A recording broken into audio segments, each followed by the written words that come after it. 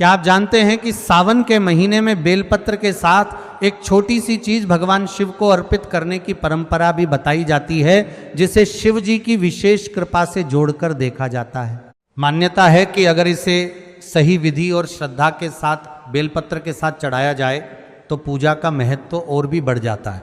लेकिन यहाँ सबसे जरूरी बात यह है कि वह चीज आखिर है क्या, उसे बेलपत्र के साथ कैसे चढ़ाना चाहिए और किन बातों का ध्यान रखना चाहिए, क्योंकि पूजा में छोटी सी गलती भी विधि को बदल सकती है। इसलिए इस वीडियो को अंत तक जरूर देखिए। सावन का महीना भगवान शिव को समर्पित माना जाता है।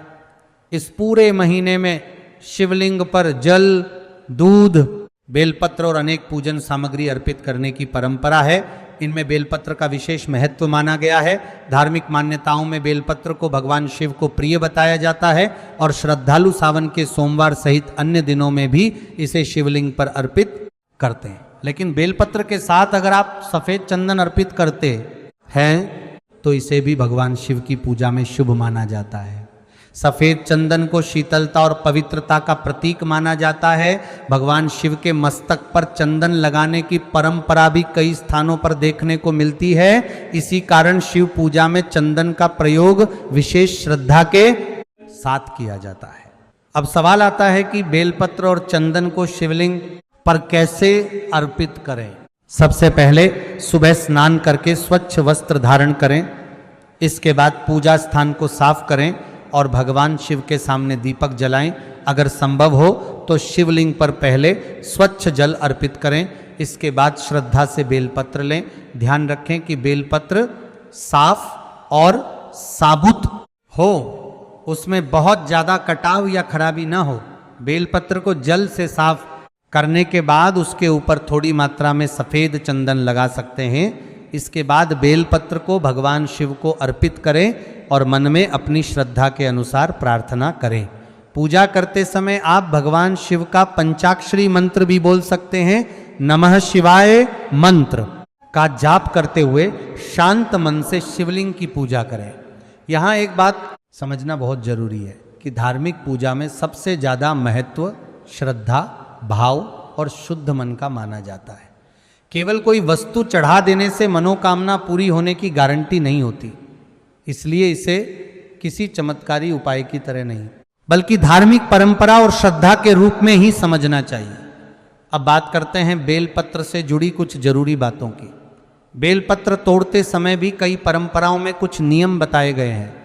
सामान्यतः साफ सुथरा और स्वस्थ बेलपत्र पूजा के लिए लिया जाता है। जमीन पर गिरा हुआ बहुत ज्यादा सूखा या खराब बेलपत्र इस्तेमाल करने से लोग बचते हैं। बेलपत्र पर 3 पत्तियां हों तो उसे विशेष रूप से भगवान शिव को अर्पित किया जाता है। इन 3 पत्तियों को अलग अलग धार्मिक प्रतीकों से जोड़ा जाता है। हालांकि अलग अलग परंपराओं में इसकी व्याख्या अलग हो सकती है। एक और महत्वपूर्ण बात, बेलपत्र को शिवलिंग पर चढ़ाते समय जल्दबाजी न करें, मन को शांत रखें और भगवान शिव का स्मरण करते हुए बेलपत्र अर्पित करें। अगर आप सावन के सोमवार को यह पूजा कर रहे हैं तो पहले शिवलिंग पर जल अर्पित करें। इसके बाद उपलब्ध परंपरा के अनुसार अन्य पूजन सामग्री अर्पित कर सकते हैं और अंत में बेलपत्र तथा चंदन अर्पित करके भगवान शिव से प्रार्थना करें। आप प्रार्थना करते समय अपनी इच्छा भी भगवान शिव के सामने रख सकते हैं, लेकिन उसके साथ ये भावना रखें कि जो भी हो भगवान की कृपा और सही मार्गदर्शन से हो। कई लोग पूजा के दौरान बहुत सारी चीज़ें चढ़ाने को ही सबसे महत्वपूर्ण मान लेते हैं, लेकिन भगवान शिव की पूजा का भाव सरलता और श्रद्धा से भी जुड़ा हुआ माना जाता है। इसलिए अगर आपके पास बहुत सारी पूजन सामग्री नहीं है तो भी चिंता करने की जरूरत नहीं है। स्वच्छ जल, बेलपत्र और सच्ची श्रद्धा के साथ भगवान शिव का स्मरण करना भी पूजा का महत्वपूर्ण हिस्सा है। सावन में अगर आप बेलपत्र के साथ सफेद चंदन अर्पित करते हैं तो इसे भगवान शिव के प्रति श्रद्धा व्यक्त करने की एक सुंदर परंपरा के रूप में अपना सकते हैं। और हाँ, चंदन लगाते समय बहुत ज्यादा मात्रा की जरूरत नहीं है, थोड़ी मात्रा पर्याप्त है। पूजा में दिखावे से ज्यादा महत्व मन की भावना को दिया जाता है। अगर आप भगवान शिव की पूजा करते हैं तो एक और बात हमेशा याद रखें, किसी भी धार्मिक उपाय को डर या लालच के कारण न करें। पूजा श्रद्धा और सकारात्मक भावना से करें।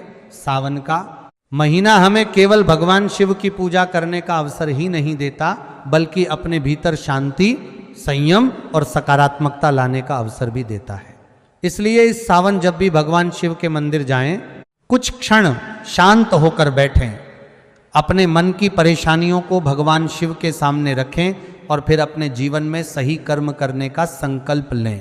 बेलपत्र अर्पित करते समय मन में बोल सकते हैं, हे महादेव, मेरे मन को शांति दें, मुझे सही रास्ते पर चलने की शक्ति दें और मेरे जीवन में जो उचित हो उसका मार्ग प्रशस्त करें।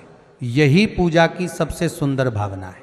तो अगर आप इस सावन भगवान शिव को बेलपत्र चढ़ाने वाले हैं तो उसके साथ थोड़ी मात्रा में सफेद चंदन अर्पित करने की इस परंपरा को श्रद्धा के साथ अपना सकते हैं।